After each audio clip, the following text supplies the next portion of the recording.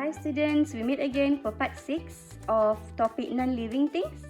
Okay, so for this part 6, teacher want everybody to turn to page 44 and page 45. Okay, so in these two pages, teacher is going to explain about the characteristics of objects. Okay, previously in part 5, teacher did some explanation about how you get to observe and help Dr. Atom to group all of these objects according to their characteristics. Some of you might be wondering, must be wondering, what is characteristics? Teacher, what is texture, teacher? So in this part 6, teacher is going to explain what is all that. Okay? So, how do we group objects? How do we group objects? We group objects because we want to turn the big group of objects into many smaller groups. The smaller groups can be either by their size, by their shape, by their color, or by their texture. Because we tend to get confused if there are a lot of things around us and we don't know which one is which. Okay? Later, a teacher is going to show you the difference between when you scatter things just like that or when you group things according to their characteristics, which one would be easier for you to observe and to find things easily.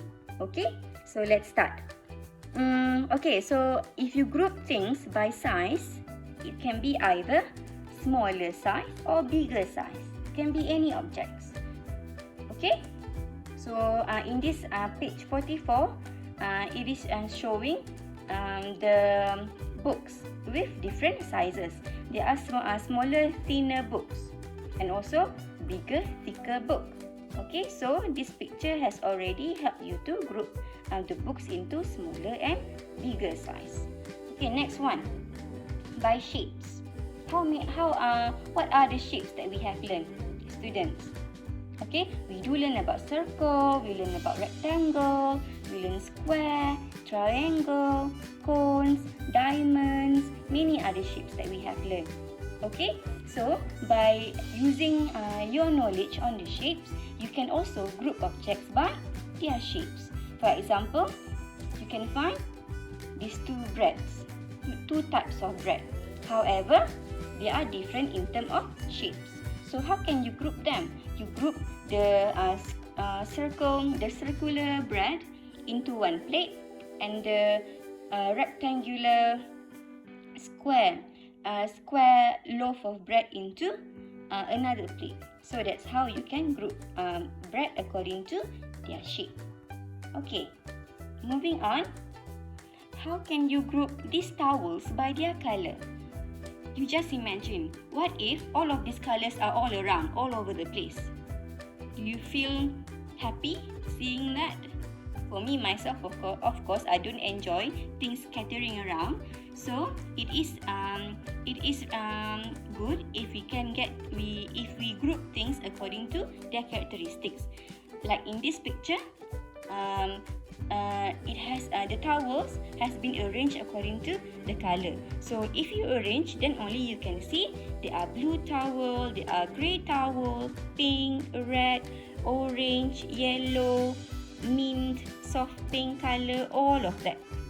Okay, so grouping things by color also help us to find and see things easily. Okay, the last one, texture. So what is the texture?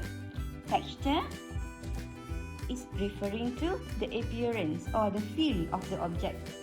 It's either rough, soft, or smooth. Okay, rough, soft, or smooth. It can be hard too. Okay, for example, the surface of this pineapple, it is rough. Okay, the surface of this watermelon, it is smooth, and also the surface is shiny. Okay, the covering of the durian, it is also rough in a way, but also it is thorny. Okay, so it might hurt you if you touch it just like that with your hand. Okay, what is the texture of this kiwi? Is it soft? Is it rough? Is it smooth? Is it hard?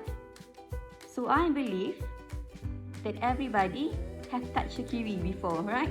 So if you touch a kiwi, you notice that it is hairy and smooth at the same time because it has fine hairs that is covering the outer layer of the fruit. Okay. The apple and the mango also, they have smooth texture. Okay, so by learning about texture, you get to group these fruits into the rough texture or the smooth texture. Okay? Okay, you two students, let me provide you one example of how you should group, why you should group things. Okay, you look here. There are many sizes and different sizes and different color of the coins. Okay, can you easily tell how many 50 cent that you get, how many 10 cent that you get, how many 20 cent that you get, and how many silver color coins is there, how many gold color coin is there? Okay, so it would be hard for you to tell the number of the object based on the color or on the sizes. So that's why previously teacher said that it is good if you group them according to their characteristics. Okay, so let's see how teacher group them. So students, one way of grouping the coins is by their color. There is one group of silver color coins here and also another group of gold color coins here. Okay, so we are grouping according to the color. So let's see, what if we group them according to their sizes? Bigger coins and smaller coins. Let's see. Okay students, teacher further group the coins into their groups, into their sizes. For example, this 50 cent is the biggest coin compared to the other coins that I've got. So I put the 50 cent together. The 20 cent and the other gold coins, it's the medium size coin. So I put them in one other separate group. And the other one is 10 cent. So teacher put in the smaller coin group. So based from here, how many, from here you get to tell how many 50 cent coin that you got, right? You see from here, it's 3. Okay, based from the size. What if the question asks you about how many 10 cent coins that you've got? So you can easily count them because it is not scattered around. So that's why it is important if you group things according to their characteristics. It's either color or the sizes. Okay, I have another example. So let's see. Okay, my dearest. Here, another example. Teacher got colorful rubber band, colorful hair bands. Okay, so from here, by just scattering like this, can you tell how many colors are there? You have to look very closely, right, for you to tell how many colors are there. Okay, students, now teacher already helped everyone with grouping the hair bands according to the colors. So now tell me, is it easy for you to differentiate the colors and tell how many colors are there? It's easy, right? So that's why it is important if you group things according to their characteristics like colors, sizes, shapes and textures. So maybe you can try the grouping activity at home by trying to group all of your toys, maybe all of your Legos according to the colors, sizes, shapes or textures. Okay, so have fun trying the grouping activity at home. Teacher's going to provide a homework for everyone, and the link for the homework will be available in the description, so please check it out. Okay, so that's all for this week. I'll see everybody again in the next online lesson. Okay, bye-bye.